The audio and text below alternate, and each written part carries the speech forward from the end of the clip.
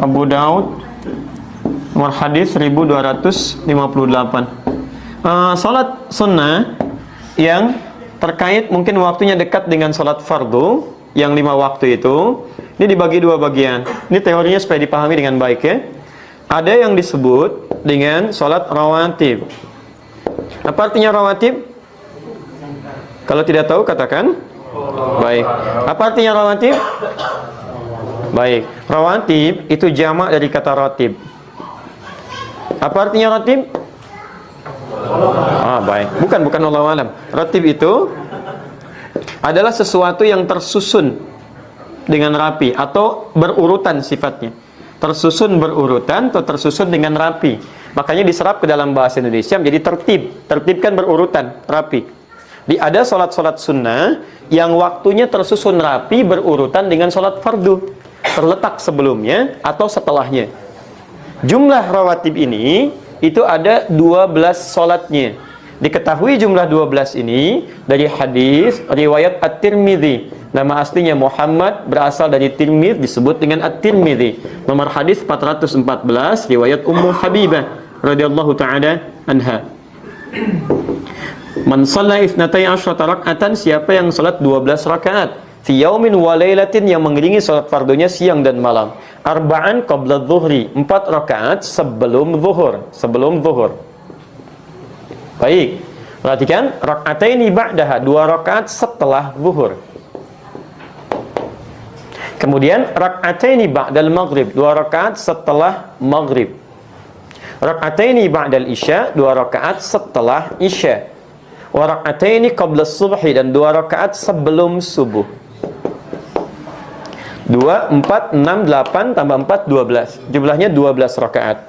Siapa yang konsisten mengerjakan ini selama hidupnya, Allah, sebelum dia wafat, terus dia kerjakan sampai meninggalnya, kata Nabi, bunyalahu bihinna baitun fil jannah. Akan dibalas oleh Allah kerja kerasnya ini dengan dibangunkan satu rumah untuknya di surga. Luar biasa. Ini. Nah, Ummu Habibah ketika mendengar kalimat Nabi ini, maka berkata pada dirinya, bima ma'na laqad azamtu nafsi alla atrukaha tula hayati. Saya enggak akan pernah tinggalkan ini selama hidup saya. Bayangkan enggak? Ummu Habibah itu istri Nabi, orang paling mulia, ummul mukminin, di surganya bersama Nabi, jelas sudah punya rumah, kelasnya elit luar biasa. Ketika mendengar kalimat ini yang amalan sunnah, kata beliau, saya enggak akan tinggalkan ini selama hidup saya. Istri Nabi, dekat dengan Nabi, ahli surga, surganya terbaik, rumah paling elit, mendengar amalan sunnah, saya enggak akan tinggalkan. Ada perempuan, bukan di sini, di luar sana, bukan istri Nabi, tidak dekat dengan Nabi, belum jelas status surganya, amalan berantakan, hisab menegangkan. Masya Allah, ditawarin surga, rumah di surga, jangankan sunnahnya, yang wajibnya pun kadang terlambat. Cita-cita masuk surga Firdaus tanpa hisab. Masya Allah. Luar biasa. Nah, ketemu ini, teruskan, sebentar, teruskan dulu, belum selesai. Teman-teman sekalian, di sini kita temukan ada sebelum, ada setelah. Jelas? 4 rakaat sebelum apa? Zuhur. Dalam bahasa Arab kita tuliskan sebelum, bahasa Arabnya qabla. Zuhur. Qabla zuhri, sebelum zuhur. Jelas? Kalau kita ingin hilangkan kalimat yang kedua, misal ini disebut mudhaf ilaih, kalimat yang disandarkan. Kalau menunjuk kepada waktu, ingin kita buang ininya, supaya menunjuk pada kalimat yang dibuang, maka tambahkan ya setelahnya plus ta sebagai sifat. Asalnya qabla, ya, asalnya a, karena ada ya, maka huruf sebelumnya di i. Di qabliyah. Jelas ya? Maka kita dengar kalimat qabliyah zuhur misalnya, itu maksudnya sebelum zuhur. Baik. Setelah, bahasa Arabnya ba'da. Setelah zuhur, ba'da zuhur. Di setelah, bahasa Arabnya apa? Ba'da. Kalau Anda sudah mengucapkan ba'da, jangan diucapkan setelah lagi. Itu 2 kata yang berulang sama. Paham ya? Kita ketemuan yuk. Kapan? Di mana? Di Masjid Indonesia. Kapan? Udah setelah ba'da asar deh. Setelah ba'da asar. Jadi kalau sudah setelah, itu ba'da. Tidak perlu menyebutkan keduanya lagi. Jelas ya? Ba'da zuhur. Hilangkan zuhurnya, muncul ya dengan ta'nya. Dikenal dengan ba'diyah. Paham sampai sini? Baik, saya simpan dulu ini. Jadi sebelum, bahasa Arabnya apa? Qabla. Setelah? Ba'da. Baik, ketemu kalimatnya. Sekarang lihat. Ini 12 rawatib disebut apa? Rawatib. Kenapa disebut rawatib? Karena susunannya teriring langsung dengan salat fardu. baik sebelum atau setelahnya, dan punya fungsi melengkapi sholat fardu. Jadi yang kurang di sholat fardu dilengkapi oleh ini. Nah, ada sholat ini di luar yang ini yang rawatib disebut dengan mutlak. Mutlak, sifatnya ditunaikan, terdiri dari dua waktunya. Satu, ada yang memang berdekatan dengan sholat fardu, tapi dia tidak punya fungsi menyempurnakan sholat fardu. Fungsinya fungsi sendiri, terpisah dari yang fardu. Cuman waktunya berdekatan. Contoh, asar. Asar ini ada sunnahnya mutlak 4 rakaat, ditemukan di Abu Daud nomor hadis 1257. Riwayatnya Ibnu Umar radhiyallahu taala anhuma. Ya, kata Nabi, rahimallahu ra'an shalla qabla al-'asri arba'an. Allah merahmati seseorang yang bisa salat 4 rakaat sebelum zuhur. Paham? 4 rakaat sebelum asar. Baik, 4 rakaat sebelum asar. Saya ralat 4 rakaat sebelum asar. Ini masuk kategori salat apa? Mutlak. Paham sampai sini? Baik, ada juga yang waktunya terpisah jauh dengan salat fardu. Misal tahajud, qiyamul lail, salat duha, ya salat wudu, salat tahiyatul masjid, salat di belakang makam Ibrahim. Maka ada salat yang kedua yang sifatnya terpisah jauh waktunya dari salat fardu. Di antara salat mutlak juga yang berdekatan waktunya dengan salat fardu tapi dia mutlak bukan rawatib adalah qabliyah maghrib. 2 rakaat. Dalilnya Abu Daud nomor hadis 1258. Ya, kata Nabi, lihat kalimatnya.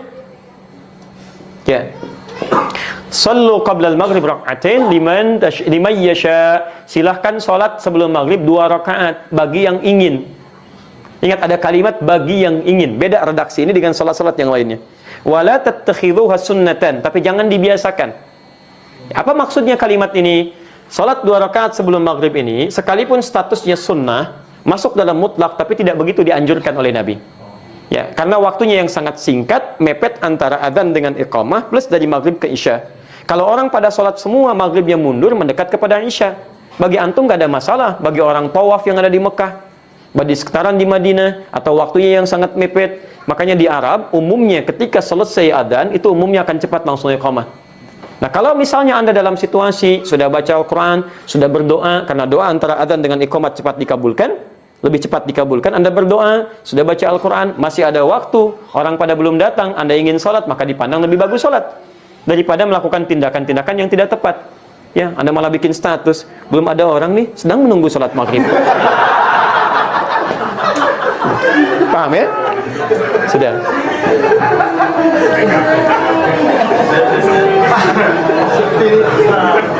Dah.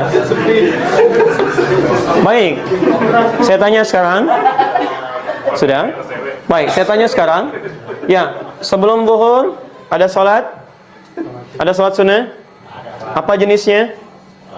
Rawatib. Setelah zuhur ada salat sunnah? Apa jenisnya? Baik, sebelum asar ada salat sunnah?